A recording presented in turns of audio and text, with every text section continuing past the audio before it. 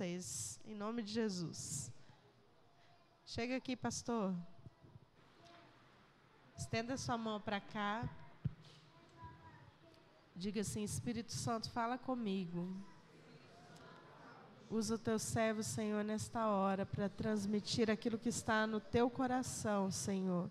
Nós estamos aqui sedentos, Senhor, como terra seca, Senhor. Estamos sedentos por mais, Senhor, mais conhecimento do Santo, mais conhecimento da tua palavra. Ministra, Senhor, poderosamente em nossas vidas nesta hora, em nome de Jesus. Amém. Deus abençoe, pastor. Graça e paz. Eita. Alto, hein? Graça e paz, igreja, que vai subir no arrebatamento. Amém. Glória a Deus. Esse é o evento mais esperado da igreja, não é verdade? A Bíblia diz em 1 Tessalonicenses capítulo 4, versículos 15, que diz assim: e nós que ficarmos vivos, não precederemos os que dormem, eles serão arrebatados primeiro.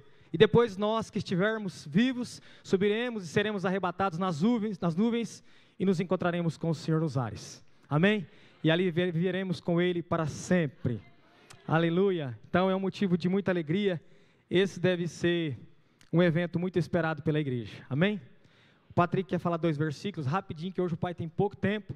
E ele me incomodou para falar esses 2 versículos e disse que só vai para a escolinha depois. Então, só 2, tá? Porque o pai só tem meia hora hoje, senão o pai não consegue pregar. Tá? Então vamos lá. Jeremias 33, 3.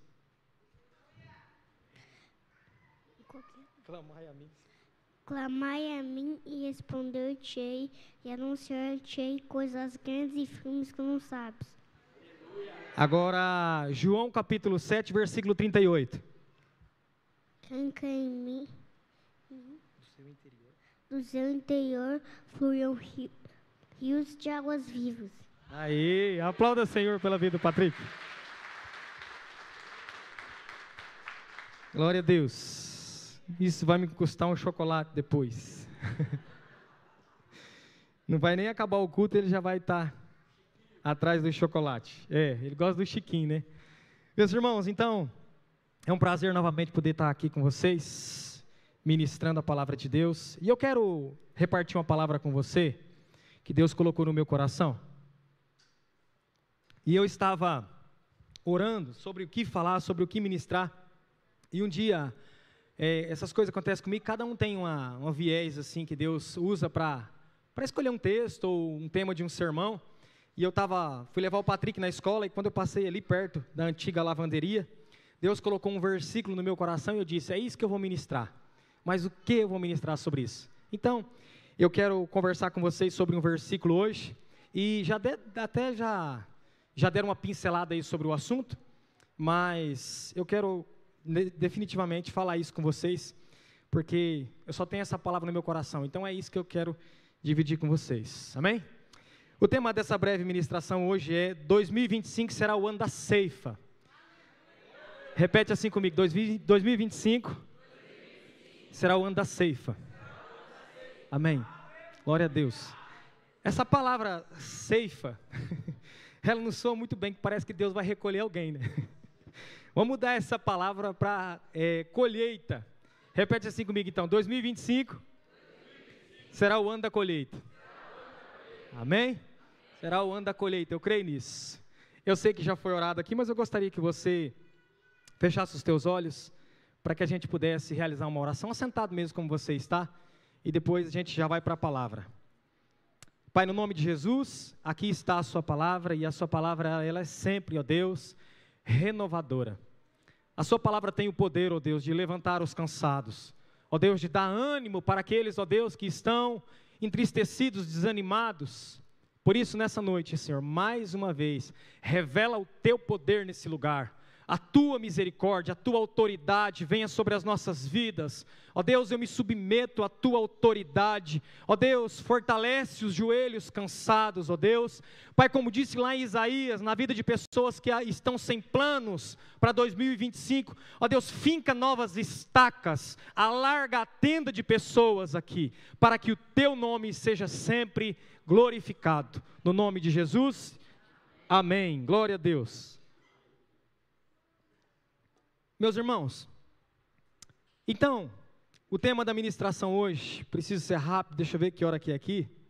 Falta 1 minuto para 8 horas, vou até 8h30 então. O tema é 2025 será o ano da colheita. E quando eu penso em bênçãos, eu vou começar dessa maneira. Quando eu penso em bênçãos, eu me lembro das palavras proféticas lançadas sobre as nossas vidas. E mais que isso, a minha mente, vai mais longe. Eu me lembro lá do princípio da Bíblia, quando os patriarcas, eles estabeleceram a tradição de abençoar os seus filhos, para que eles fossem abençoados no futuro.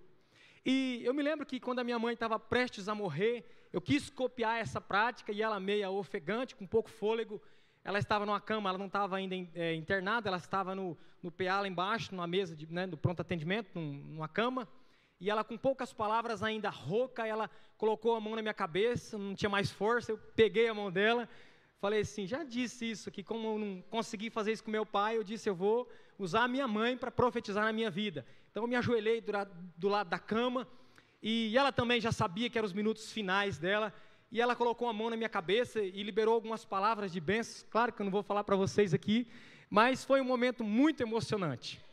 Mas os homens da Bíblia, os patriarcas, eles faziam isso, começando com Isaac. Isaac, você conhece a história, ele tinha 2 filhos, Jacó e Esaú, e ele está velho, já muito velhinho, e já está cego. A Bíblia diz que os olhos dele já não via claramente, estava que nem eu estava esses dias, e ele decide abençoar os seus filhos, liberar uma bênção sobre a vida deles, e ele chama o mais velho, que era Esaú, e ele disse, olha, eu vou te abençoar, meu filho.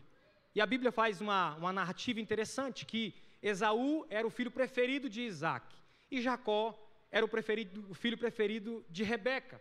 Então ele chama o filho preferido dele, o mais velho, e ele diz assim, olha, hoje eu vou usar essa mão para colocar na tua cabeça e liberar uma palavra de bênção sobre você. Então você vai no campo, mata um animal e faz aquela caça, e aqui eu lembro do pastor Gerson, aquele guisado, porque ele gosta muito de usar esse termo, para comer uma sopa, faz aquele guisado que só você sabe fazer. E depois disso eu vou liberar uma palavra de bênção sobre a tua vida. E a Bíblia diz que Rebeca ouve a conversa, e ela chama o filho preferido dela, que era Jacó. Jacó não tinha pelo, e Esaú era peludo. E ela faz uma tramóia lá e diz assim, mata rapidão um carneiro, uma ovelha, um animal, e traz que eu preparo. Eu conheço o paladar do seu pai, do jeito dele, do jeito que ele gosta, não é assim, neguinho? Que mulher sabe cozinhar para o marido. E traz que nós vamos colocar a pele desse animal sobre você. Você conhece a história.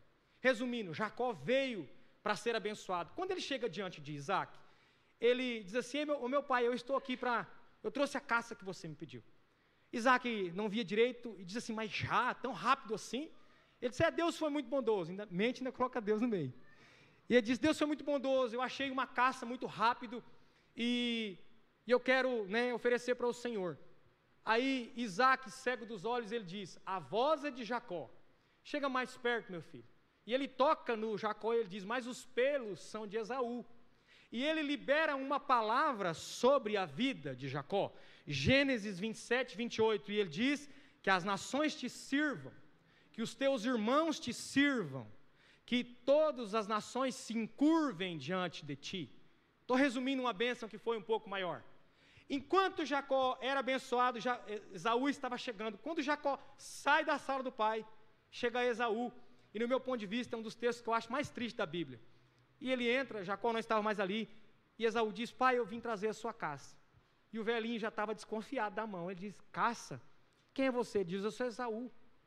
Eu trouxe a caça que o senhor me pediu.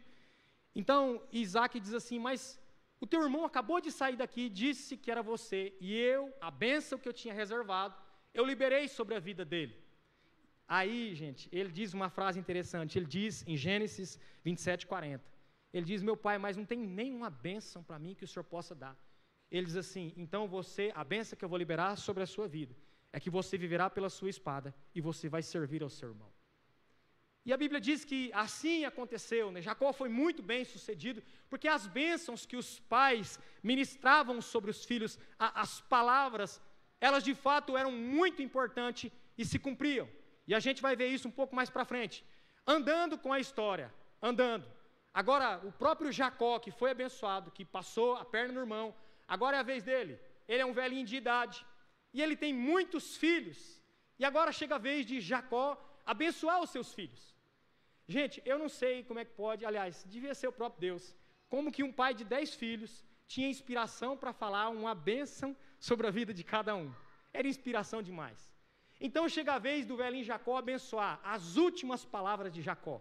Jacó agora está muito velho, pense bem comigo, ele tinha 12 filhos, a Bíblia não diz, mas eu penso, os filhos todos eles casados, né, com mulheres.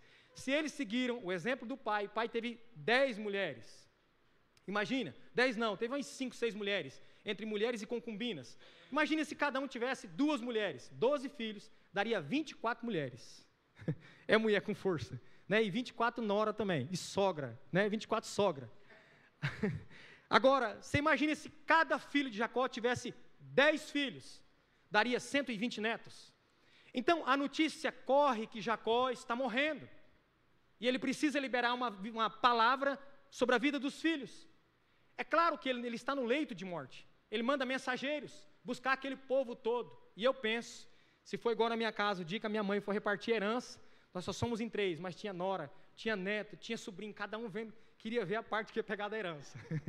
Né? Tudo reunido em volta da mesa, tudo, né, com os dedinhos cruzados para pegar a melhor parte. Você imagina que tumulto de gente na casa do velhinho Jacó, para ver a bênção que seria liberada ao pai dele. O que ele diria ao pai dele? E chega a vez então, o momento, e a vez Jacó de liberar uma bênção sobre os filhos. E ele começa por ordem decrescente pelo mais velho, que é Rubem. Agora, preste atenção aqui, nisso que eu vou te falar. A Bíblia diz assim, e ela nos mostra isso, que havia algo muito interessante. Quando o pai, vamos pegar o Jacó como exemplo, ele ia liberar uma bênção sobre um filho, ele não só liberava uma bênção por aquilo que ia acontecer, mas também pelo exemplo que o filho tinha sido em vida para esse velhinho.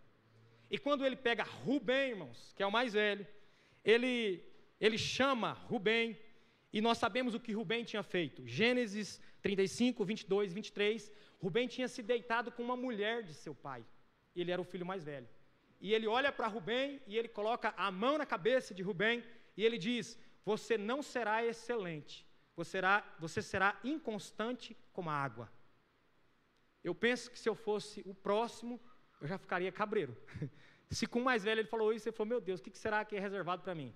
Ele chama os outros dois, Simeão e Levi. Simeão e Levi, a gente sabe também que eles pisaram no tomate. Em Gênesis 34, 18 a 31, a Bíblia diz que Simeão e Levi, eles tiveram uma irmã desonrada por um príncipe de uma terra vizinha. E o príncipe foi lá com o rei e disse assim: ó, nós queremos casar, eu estou apaixonado pela tua filha, Jacó, quero casar com a moça, com boas intenções. Levi e Simeão disseram assim: tudo bem, vocês podem casar com a nossa irmã, só que é o seguinte, vocês fizeram uma afronta muito grande, nós vamos circuncidar você, rei, o príncipe e todos os homens da cidade. Outro dia eu falei aqui o que era circuncisão, então vocês estão a par do assunto. E os homens falaram: não, a gente chega lá e conversa e circuncida. E a Bíblia diz que eles toparam toda aquela cidade, era uma cidade pequena, uma província, foram circuncidados. Depois de 3 dias que aqueles homens estavam se recuperando da cirurgia, você nem imagina o que Simeão e Levi fizeram. Foram de noite lá, os homens não conseguiam correr, não conseguiam lutar, porque já eram velhos quando circuncidados, e mataram. A Bíblia diz que todos, Gênesis 34, 18 a 31, todos os homens daquela cidade foram mortos à espada. E agora, é a vez deles serem abençoados. E Jacó chama Simeão e Levi, e quando ele coloca a mão, ele diz: a espada de vocês é violenta, derramaram sangue, e eu espalharei vocês sobre a terra de Judá, e vocês serão malditos sobre a terra de Judá. Então, a bênção de um pai era muito importante para um filho. Último exemplo, Judá. Judá não tinha feito nada de errado até então, e quando ele chama Judá, ele coloca a mão sobre a cabeça de Judá, e ele diz palavras maravilhosas. Gênesis 49, 8 a 10, ele diz: Judá é como um leãozinho jovem, os filhos de seu pai se inclinarão diante de ti. Agora, olha a profecia, a palavra, e já você vai entender onde eu quero chegar, que ele libera sobre a vida de Judá. Ele diz: o cetro, está falando de justiça, de governo, o cetro não se arredará de ajudar até que venha Siló. Presta atenção nessa palavra Siló. A palavra Siló, ela tem dois sentidos. Ela tanto se refere a Jerusalém, ela é uma profecia, como ao Messias que veria de vir. O que o velhinho está querendo dizer, olha, a justiça não se arredará da tribo de Judá, até que venha o Messias. E depois, lá na frente, a gente vai ver que Maria e José, pais de Jesus, eles eram da tribo de Judá. E é por isso que Jesus é conhecido como o leão da tribo de Judá, porque ele é descendente de Judá. Então, a profecia, a palavra liberada sobre a vida de um filho, ela era muito importante. E aqui, então, eu queria chegar. Porque se passam 11 filhos, 10 filhos de Jacó, e agora é a vez de José. E é aqui que eu quero começar a pregar.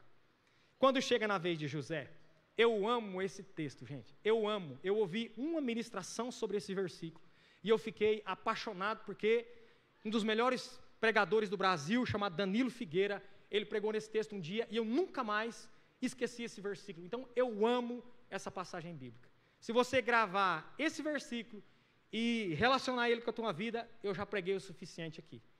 Mas por que eu amo? Porque aqui Jacó vai liberar uma palavra sobre o seu filho José. E José, ele é um exemplo de cristão. José é um exemplo de servo de Deus. Sabe por quê, irmãos? Porque José, ele passa pelas mesmas coisas que nós passamos. José sofre injustamente. José é provado. José é vendido mesmo sendo inocente.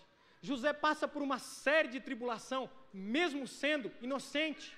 José é o espelho de um cristão. José passa provação, mas debaixo da palavra de Deus, da autoridade de Deus sobre a vida dele, ele também vence, assim como nós iremos vencer. Amém? Nós iremos vencer, assim como José fez.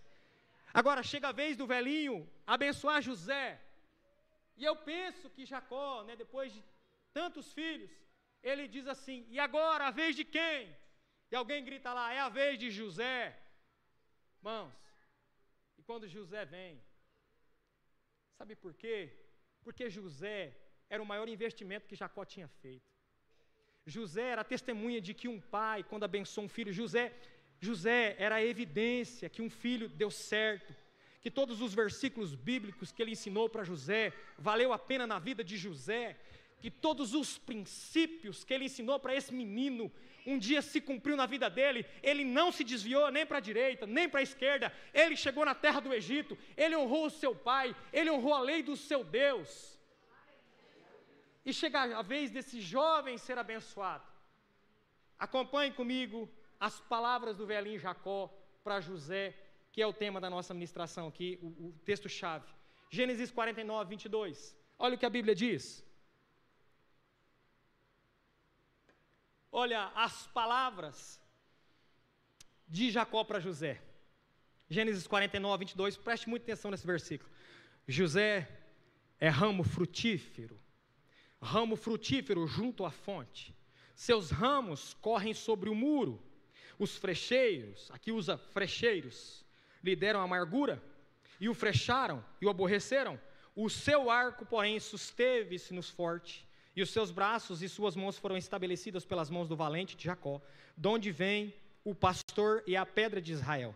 Pelo Deus de teu pai, o qual te ajudará, e pelo Todo-Poderoso, o qual abençoará com bênçãos dos céus de cima, com bênçãos do abismo que está embaixo, com bênçãos do peito da madre que te amamentou. As bênçãos de teu pai excederão as bênçãos dos meus pais, até a extremidade dos outeiros eternos. Elas estarão sobre a tua cabeça, sobre a cabeça de José, e sobre o alto da cabeça do que foi separado dos seus irmãos. Sabe o que o velhinho está querendo dizer? José, ramo frutífero.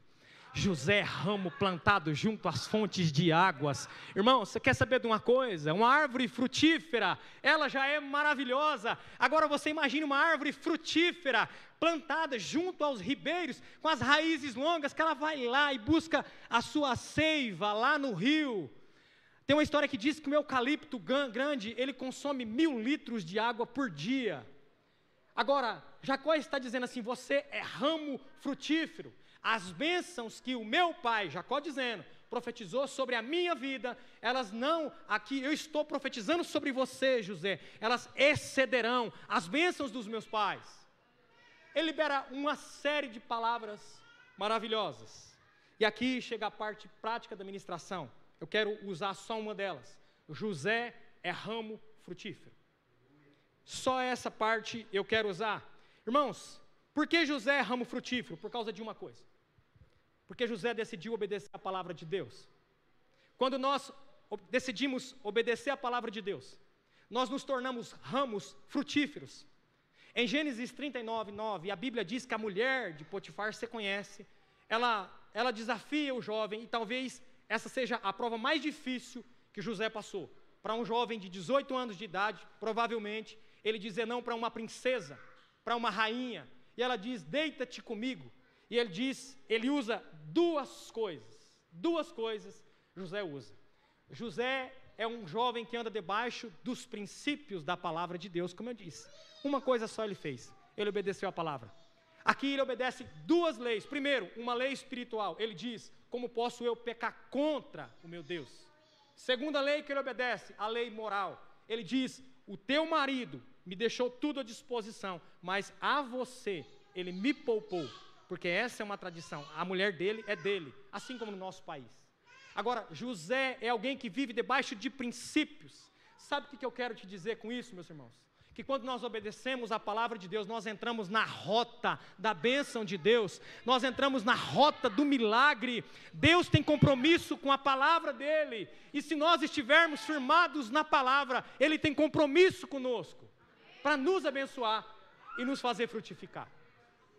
Agora, Deus quer fazer José frutificar. Repare que essa mulher de Potifar, e tanto o Potifar como sua mulher, eles representam na Bíblia uma figura do diabo, do inimigo de nossas vidas, pela persuasão, pelo mal que eles desejam. Agora, percebe que o diabo, ele sempre vai querer dar uma cartada final. O diabo nunca está satisfeito com aquilo que Deus tem para nós. Ele tinha tentado José de várias as maneiras. Agora, quando ele vê que José tinha prevalecido por várias circunstâncias, ele dá a última cartada. Mas a Bíblia diz assim que José foi fiel à palavra de Deus, aos princípios de Deus. Talvez você esteja querendo, talvez esteja perguntando assim, pastor, mas você está dizendo que Deus faz acepção de pessoas? Não, Deus faz acepção de atitudes. Abra sua Bíblia comigo em Salmo 1, versículo 1, ou acompanha aqui. Salmo 1, 1, a Bíblia diz assim, vou andar. Bem-aventurado o varão que não anda segundo o conselho dos ímpios, nem se detém no caminho dos pecadores, nem se assenta na roda dos escarnecedores, mas antes tem o seu prazer na lei do Senhor, e nela medita de dia e de noite, e será como a árvore plantada junto ao ribeiro de águas, que dá o seu fruto na estação própria, que as suas folhas não murcham, mas Deus, tudo que ele faz, prosperará. E Deus prossegue dizendo, não são assim os ímpios, mas são como a moinha que o vento espalha, e os injustos não prevalecerão na congregação dos justos. Deus tem compromisso com a palavra dele. Os justos vão prevalecer. Os justos vão frutificar. Amém? Os justos, eles vão frutificar. Enquanto justo, nós estamos aqui essa noite. Amém? Eu quero te dizer que você vai frutificar no ano 2025. Amém? Por causa da palavra de Deus, nós vamos frutificar. Agora, eu acho interessante, meus irmãos, que Deus, ele sempre quis que nós frutificássemos. Deus sempre esperou que nós dessemos frutos. Sabe por quê? Dar fruto está no nosso DNA. Frutificar está no nosso DNA. Todos nós temos a semente da frutificação. Em Romanos 8, 19 a 21, a Bíblia diz assim que até a natureza aguarda com expectativa a manifestação dos filhos de Deus. Até a natureza espera, meus irmãos, que nós venhamos a dar frutos, até a natureza. E é interessante que todos nós carregamos dentro de nós essa semente da frutificação. Eu acho muito interessante isso, e isso fica muito evidente na vida daqueles que são novos convertidos, logo que eles chegam para a igreja. E eu nunca vou me esquecer, eu já falei isso aqui, mas se eu estiver sendo cansativo, você desconsidera, mas eu nunca vou me esquecer do novo convertido, né, ele cheio de Deus, que a gente foi evangelizar na fila do rodeio. Não sei se você já ouviu isso, mas já falei. Mas eu nunca me esqueci da sede que aquele jovem tinha de frutificar, de divulgar a palavra de Deus. E a gente chegou naquela fila enorme para evangelizar à noite. Não lembro quem que era o pastor de jovens, se era o pastor Maico, mas eu acho que era naquela época.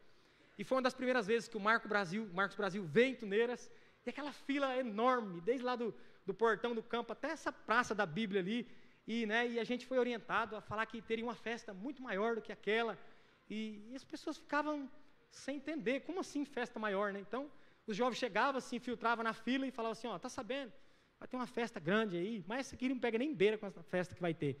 E aí, quando a pessoa desse uma certa liberdade, a gente falava assim, uma festa que vai ter no céu, os caras quase caíram de costas, os caras estavam viajando. Mas era essa a fala e dava muito certo, a gente orava por pessoas. E eu me lembro que nesse grupo tinha um menino novo convertido, e ele não entendia nada de Bíblia, e ele não entendia nada de como abordar uma pessoa, mas tem uma coisa, no coração dele existia a semente da frutificação. Então, na força de vontade ali, com o coração cheio do Espírito Santo, ele também, às vezes, chegava em alguém, eu me lembro de algumas vezes que ele abordava as pessoas, e ele começava a puxar um assunto ali, a pessoa dava liberdade, ele pegava, não, peraí, eu tenho que te falar um negócio, vem aqui comigo, você pode me acompanhar. Trazia ele para mais perto de alguém que era mais, tinha um diálogo melhor, e falava para aquela pessoa, fala para ele aí o que tem que falar. Fala você aí que eu já trouxe aqui, eu não sei falar, mas evangeliza ele aí. Mas ele não sabia falar, ele não saberia nada de apologética, não, mas tem uma coisa, no coração dele já existia a semente da frutificação. Eu me lembro, falando de novo convertido, eu me lembro do Xuxa quando se converteu, ele está aí não? Está não? Xuxa quando se converteu, era uma benção, todo dia ele arrumava uma visita para mim, e pensa numa visita, irmão, a casa cheia de santo na parede, às vezes visitar macumbeiro, e eu pensava que o Xuxa ia chegar lá e ia tomar a frente da visita, e ele chegava lá e sentava no sofá, fala aí pastor, o que tem que fazer? Aí um dia, fizemos umas duas, mas só barca furada, fomos na casa de um senhor, e o santo tinha do teto, do chão até no teto, e depois eu contei para umas pessoas, falei para o João que tinha ido lá, mas eu não conhecia esse senhor, não sabia que ele era brabo. O João falou, você foi na casa desse cara? Ele é idólatra. Falei, pois é, o Xuxa me levou lá, livre e espontânea pressão. Mas, do jeito dele, ele estava expressando a semente da frutificação. Porque ele tem o desejo, nós temos o desejo. O novo convertido, isso fica muito evidente na vida dele, o desejo da frutificação. Agora, nós precisamos frutificar. E Deus deseja que a gente frutifique. No tempo certo, nós sempre vamos frutificar. Há um tempo atrás, no ano passado, perto do inverno do ano passado, eu semeei uma semente de capim na chácara, de zuri. Depois o Júnior até comprou essa semente também. Vi na internet, capim muito bom para os animais. E eu semeei essa semente de capim na chácara e ela estava pertinho do inverno, mas com a estação da chuva, ainda tinha um pouco da estação da chuva, ela ia germinar, porque a terra precisa de uma certa calor, depois eu fiquei sabendo, e chuva, para quebrar a dormência da semente e a semente germinar. Mas germinou alguns pés dessa planta, desse capim, muito ralo, daí eu coloquei os animais e não fiquei contente com aquela semeadura. Aí passou o inverno, quando foi agora, chegando agora o verão, eu paguei um trator, fez a terra novamente, eu joguei a semente novamente, bastante semente, e esperei, agora veio a temporada da chuva e formou um capim lindo, meus irmãos, lindo. Fiz vários vídeos do capim, mas um detalhe interessante, é que não germinou só a semente que eu joguei agora por último, mas a semente que também estava na terra esperando o tempo propício para germinar. Sabe o que eu quero te dizer? Que a semeadura que você fez em 2024, talvez você olhou para trás e você não viu uma frutificação, mas eu quero te dizer que 2025 será o ano da colheita. Amém? Será o ano da prosperidade na sua vida. Deus vai fazer germinar aquilo que em tempo oportuno está te esperando. Está te esperando. Porque a semente, ela só germina no tempo certo, no tempo propício de Deus. E isso é maravilhoso. Eu gosto de uma frase do Mike Murdock, que ele diz que a única voz que o futuro obedece é a voz da semeadura. Agora, nós precisamos obedecer a palavra de Deus para que nós possamos frutificar. Já estou encerrando. Algumas coisas que nos impedem de frutificar. Vou correr com a mensagem aqui. Algumas coisas que podem nos impedir de frutificar como cristão. Vou destacar apenas 3 coisas e dizer só uma frase sobre cada uma. A primeira delas, o medo de avançar. O pastor Maico pregou sobre coragem, sobre avançar. Ficou mais do que explicado, sobre isso eu não quero falar. Mas a segunda coisa que eu coloquei aqui são as decepções que nós sofremos na vida. Elas às vezes nos impedem de frutificar. Às vezes as decepções que nós sofremos na vida, ao invés de elas terem um caráter de nos moldar, elas nos transformam em pessoas amargas. Uma fonte de água, ao invés de ser uma fonte de água doce, ela nos torna uma fonte de água amarga. Você conhece alguém que é uma fonte de água amarga? Alguém que o famoso estraga a rodinha? Quando ele chega, todo mundo dispersa. Alguém que quando chega em uma conversa, todo mundo fica pisando em ovos com medo do que ele vai falar. Sabe por quê? Porque ele não sabe nem ouvir. Ele só quer falar dos problemas dele. Como se as outras pessoas também não tivessem problemas. Mas porque o coração dele é uma fonte amarga. Agora, o Patrick decorou e falou esse versículo aqui. Em João 7,38, a Bíblia diz que aqueles que creem em Jesus Cristo, do seu interior, fluirão os rios de águas vivas. Fontes amargas, o nosso coração se torna uma fonte que jorra palavras amargas. E isso nos impede de crescer. Então, essa é uma segunda coisa. Terceira coisa que nos impede de crescer, de frutificar, é a não profundidade. Achar que do jeito que eu estou está muito bem, obrigado. Às vezes a gente não vai, né? A gente não dá um passo de fé no sobrenatural. Tem uma busca de 3 dias, a gente não participa. Tem, né? Eu até estou em falta aqui. Tem a semana da virada, 7 dias, a gente não participa, só vim 2. Mas tudo que tem para a gente mergulhar mais fundo, a gente acha que está bom demais. A pergunta é, como nós vamos frutificar em uma água rasa? Como a gente vai frutificar? Não tem como, irmãos. Não há possibilidade. Agora, o oposto também é verdadeiro. Quando nós decidimos entrar fundo em Deus, nós experimentamos o sobrenatural. Porque para experimentar o sobrenatural, a gente precisa viver no sobrenatural. Em Mateus capítulo 4, quando Jesus está numa tentação, ele vê o diabo e resiste ao diabo. Mas ele havia passado 40 dias de jejum. Ele tinha entrado em um nível de espiritualidade profunda. Então, vou correr aqui, a não profundidade nos impede de ver o sobrenatural e de frutificar. Para encerrar, Deus ele quer que nós sejamos frutíferos. Agora, Deus ele deseja tanto que nós sejamos frutíferos, que a primeira palavra que Deus, a primeira frase que Deus direcionou ao homem, não é façam discípulos, não é sejam discípulos, não é saiam e pregam o evangelho. A primeira frase que Deus diz ao homem, em Gênesis capítulo 1, versículo 28, é a seguinte: crescei-vos e multiplicai-vos. Ou seja, crescei-vos e frutificai. O próprio Deus espera que nós demos frutos, que nós sejamos pessoas produtivas, frutíferas. Jesus espera que até as árvores, parece engraçado isso, mas Jesus espera que até as árvores elas sejam frutíferas. Jesus passa em uma figueira em Israel e Jesus procura frutos nela, figos nela. Se não fosse tempo de dar figos, Jesus não procuraria.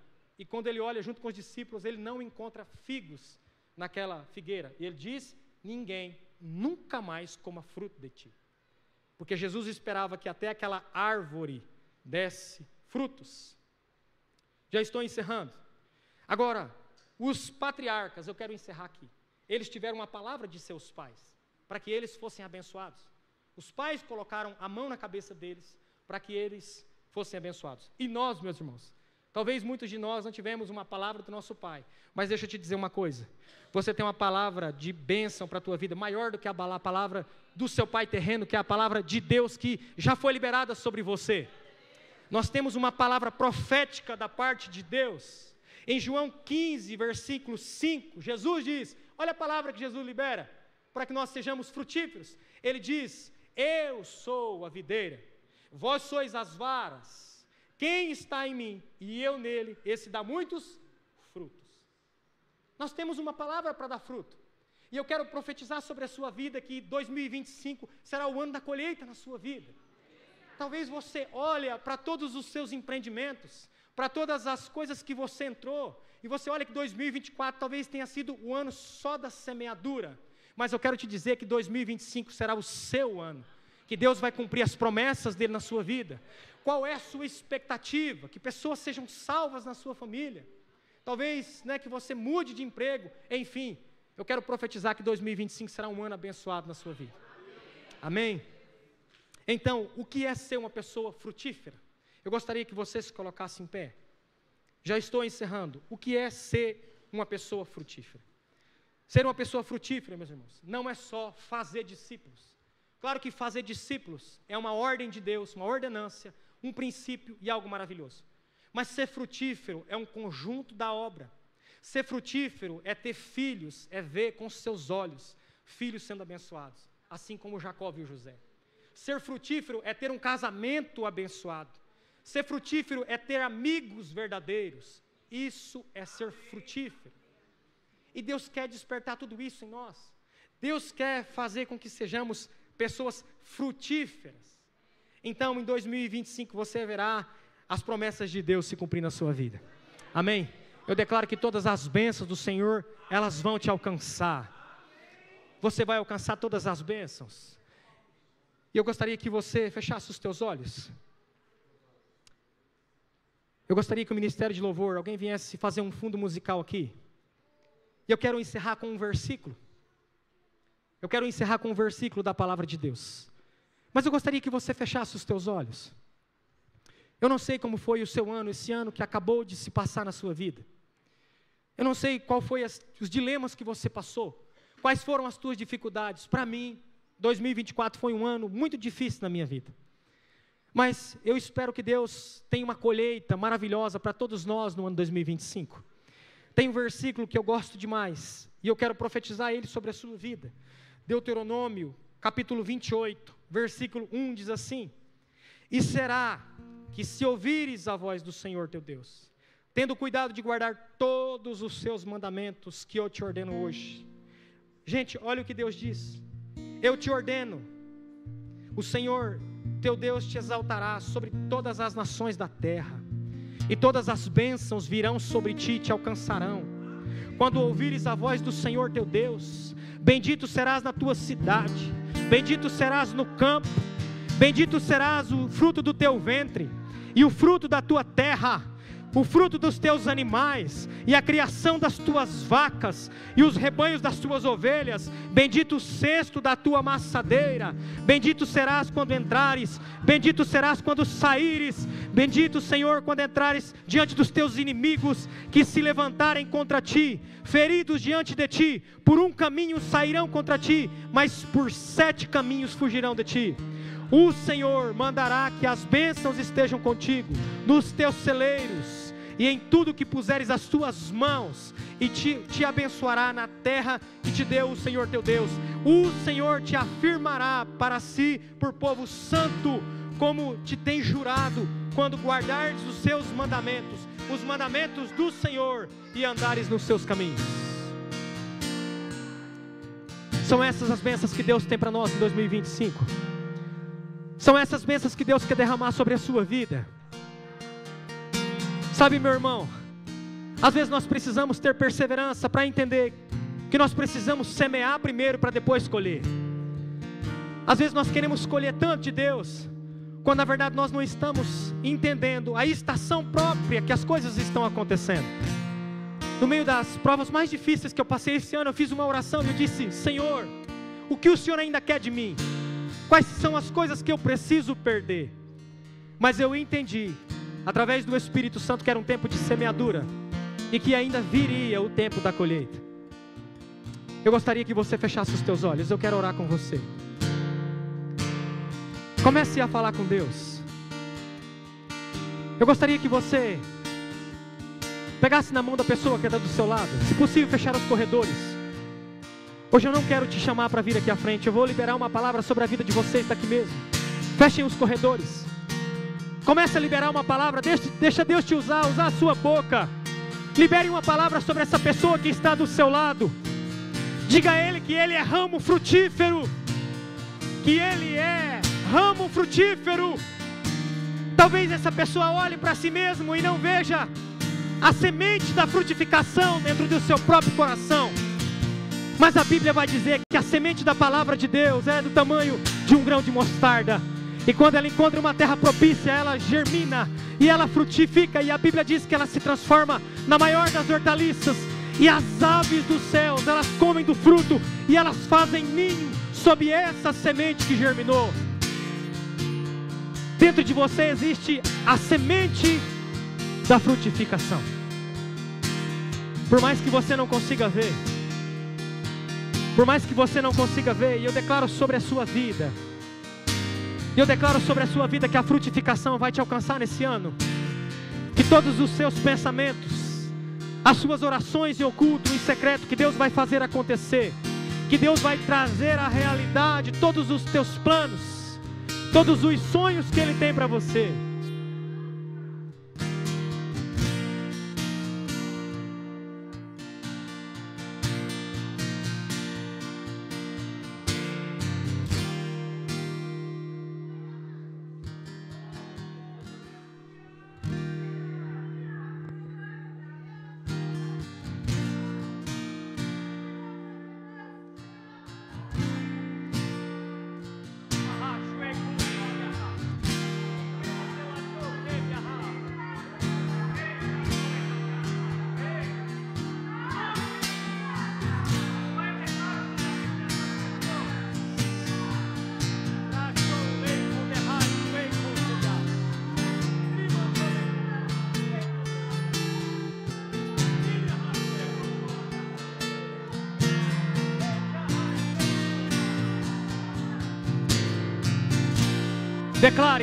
Declare sobre a vida dessa pessoa.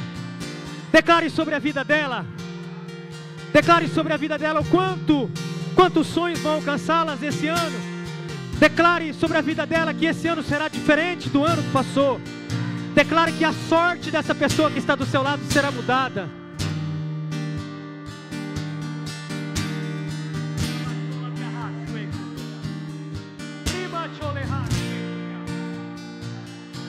Pai, no nome de Jesus, nós declaramos sobre a vida da tua igreja, Senhor, dos teus filhos.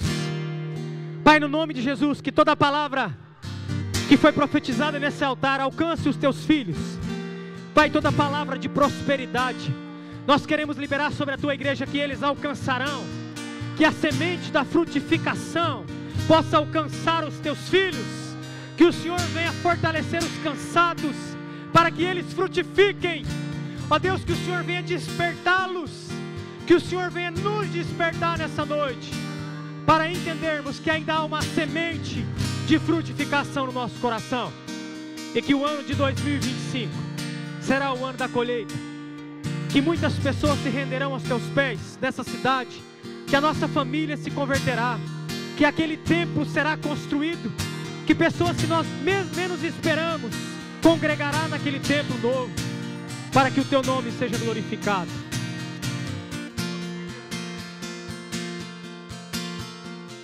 No nome de Jesus. No nome de Jesus.